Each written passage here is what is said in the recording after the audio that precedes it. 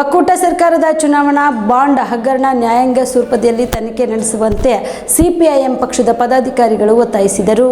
ಕಲಬುರಗಿಯ ಪತ್ರಿಕಾ ಭವನದಲ್ಲಿ ನಡೆದ ಸುದ್ದಿಗೋಷ್ಠಿಯನ್ನು ಉದ್ದೇಶಿಸಿ ಮಾತನಾಡಿದ ಅವರು 2018ರಿಂದ ಆಡಳಿತಾರೂಢಿ ಜೆಪಿಯು ಸುಮಾರು 8,252 ಕೋಟಿ ರೂಪಾಯಿಗಳ ಚುನಾವಣೆ ಬಾಂಡ್ಗಳನ್ನು ಪಡೆದಿದ್ದು, ಮೇಲ್ನೋಟಕ್ಕೆ ಇದೊಂದು ಅಧಿಕಾರ ದುರುಪಯೋಗದ ದುಷ್ಕೃತ್ಯದಂತೆ ಕಂಡುಬರುತ್ತಿದೆ. ಇದರ ಒಟ್ಟು ಪ್ರಕರಣವನ್ನು ಸುಪ್ರೀಂ ಕೋರ್ಟ್ ಸ್ವರೂಪದಲ್ಲಿ ಸಮಗ್ರ ತನಿಖೆ ನಡೆಸಿ ಅಗತ್ಯ ಕಾನೂನು ಕ್ರಮ ವಹಿಸಬೇಕು ಎಂದು ಆಗ್ರಹಿಸಿದ ಅವರು, ಪ್ರಧಾನಿ ನರೇಂದ್ರ ಮೋದಿ ಅವರು ದೇಶದ ಜನತೆಗೆ ತಾನು ತಿನ್ನುವುದಿಲ್ಲ ಮತ್ತು ತಿನ್ನಲು ಬಿಡುವುದಿಲ್ಲ, ಮಾತ್ರವಲ್ಲ ಕಪ್ಪು ಹಣ ಬಯಲಿಗೆಳೆಯುತ್ತೇನೆ ಎಂದು ನೀಡಿದ ವ್ಯಾಖ್ಯಾನದ ವ್ಯತಿರಿಕ್ತವಾಗಿ ನಡೆದುಕೊಂಡಿರುವುದು ಈ ಹಗರಣ ಸಾಬೀತುಪಡಿಸುತ್ತಿದೆ ಎಂದರು.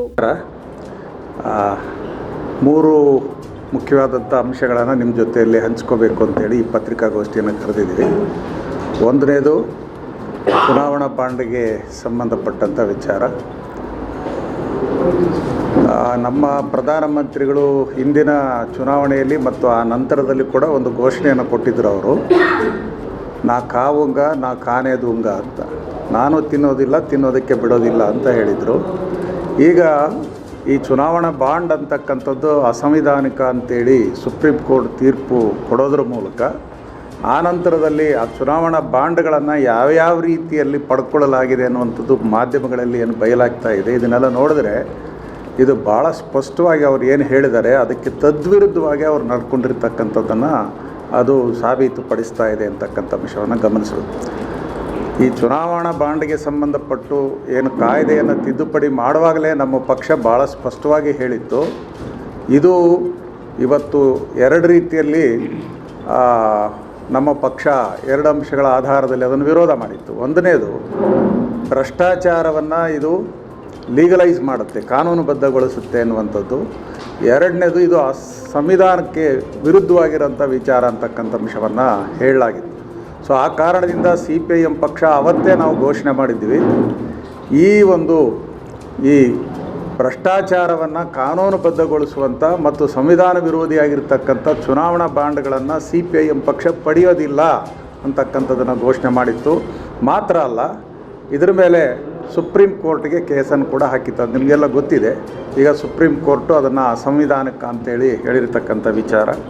ಈಗ ಮಾಧ್ಯಮಗಳಲ್ಲಿ ಬರ್ತಾ ಇರತಕ್ಕಂಥ ವಿಚಾರಗಳನ್ನು ನೋಡಿದ್ರೆ ಇದು ಕೇವಲ ಚುನಾವಣಾ ಬಾಂಡನ್ನು ತೆಗೆದುಕೊಂಡಿರ್ತಕ್ಕಂಥದ್ದು ಮಾತ್ರ ಅಲ್ಲ, ಚುನಾವಣಾ ಬಾಂಡ್ಗಳನ್ನು ಬಲವಂತವಾಗಿ ಪಡ್ಕೊಂಡಿರ್ತಕ್ಕಂಥದ್ದು ಸಾಬೀತಾಗ್ತಾ ಇದೆ. ಸುಮಾರು 8,500 ಕೋಟಿ ರೂಪಾಯಿಗಳಷ್ಟು ಆಡಳಿತಾರೂಢ ಪಕ್ಷ BJP ಪಡ್ಕೊಂಡಿದೆ. ದೊಡ್ಡ ಪ್ರಕರಣಗಳು ಇವತ್ತು ಬಯಲಾಗ್ತಾ ಇದೆ.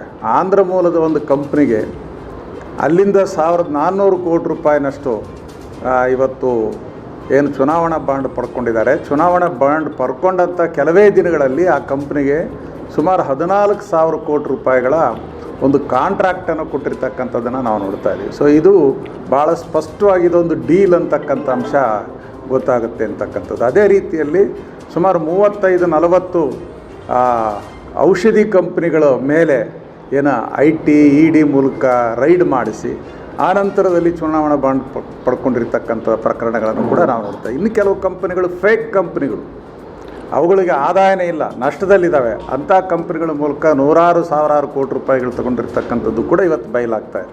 ಸೊ ಅದರಿಂದ ಇದೊಂದು ಮಹಾ ಜಗತ್ತಿನಲ್ಲೇ ಅತ್ಯಂತ ದೊಡ್ಡ ಭ್ರಷ್ಟಾಚಾರದ ಪ್ರಕರಣ ಆಗಿರೋದ್ರಿಂದ ಸುಪ್ರೀಂ ಕೋರ್ಟ್ ನೇತೃತ್ವದಲ್ಲಿ ಇದು ತನಿಖೆಗೆ ಒಳಗಾಗಬೇಕು ಅಂತೇಳಿ ನಮ್ಮ ಪಕ್ಷದಿಂದ ನಾವು ಒತ್ತಾಯ ಮಾಡ್ತಾ ಇದ್ದೀವಿ. ತಪ್ಪಿತಸ್ಥರ ಮೇಲೆ ಕಾನೂನಿನ ಕ್ರಮ ಆಗಲೇಬೇಕು ಅಂತೇಳಿ ಒತ್ತಾಯ ಮಾಡ್ತಾ ಇದ್ದೀವಿ.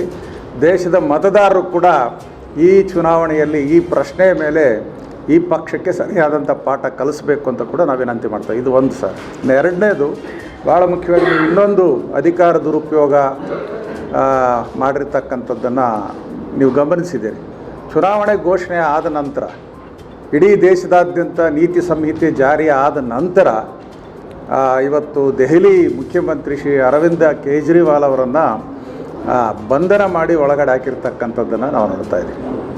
ಸೊ ಒಂದು ನೀತಿ ಸಂಹಿತೆ ಅಂತ ಹೇಳಿದ್ರೆ ಒಂದು ಸಣ್ಣ ಉಲ್ಕಡ್ಡೆ ಅಲಗಾಡಬೇಕು ಅಂತಾದರೂ ಕೂಡ ಚುನಾವಣಾ ಆಯೋಗದ ಪರ್ಮಿಷನ್ ಬೇಕು. ಯಾರನ್ನಾದರೂ ಟ್ರಾನ್ಸ್ಫರ್ ಮಾಡಬೇಕು ಅಂದರೆ, ಪ್ರಜಾಸತ್ತಾತ್ಮಕವಾಗಿ ಏನನ್ನಾದರೂ ನಾವು ಮಾತಾಡಬೇಕಂದ್ರೂ ಅಥವಾ ಒಂದು ಕಾರ್ಯಕ್ರಮ ಮಾಡಬೇಕಂದ್ರೂ ಕಾಮರೆಡ್ಡಿ ಆರ್ಥೋ ಮತ್ತು ಟ್ರಾಮಾ ಕೇರ್ ಆಸ್ಪತ್ರೆ ಕಲಬುರಗಿ. Doctor S B. ಕಾಮರೆಡ್ಡಿ ಹಾಗೂ ಡಾಕ್ಟರ್ ಪ್ರತಿಮಾ ಎಸ್. ಕಾಮರೆಡ್ಡಿ ಸಾರಥ್ಯದಲ್ಲಿ ಕಳೆದ 11 ವರ್ಷಗಳಿಂದ ಸಾವಿರಾರು ರೋಗಿಗಳಿಗೆ ದಿನದ 24 ಗಂಟೆ ತುರ್ತು ಸೇವೆ ನೀಡಿದ ಶ್ರೇಯಸ್ಸು.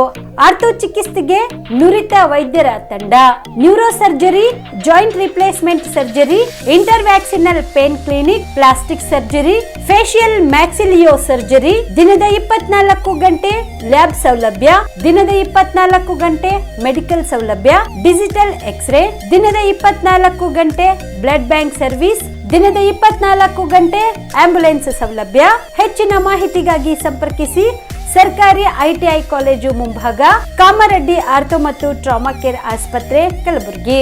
Phone number 084722566163.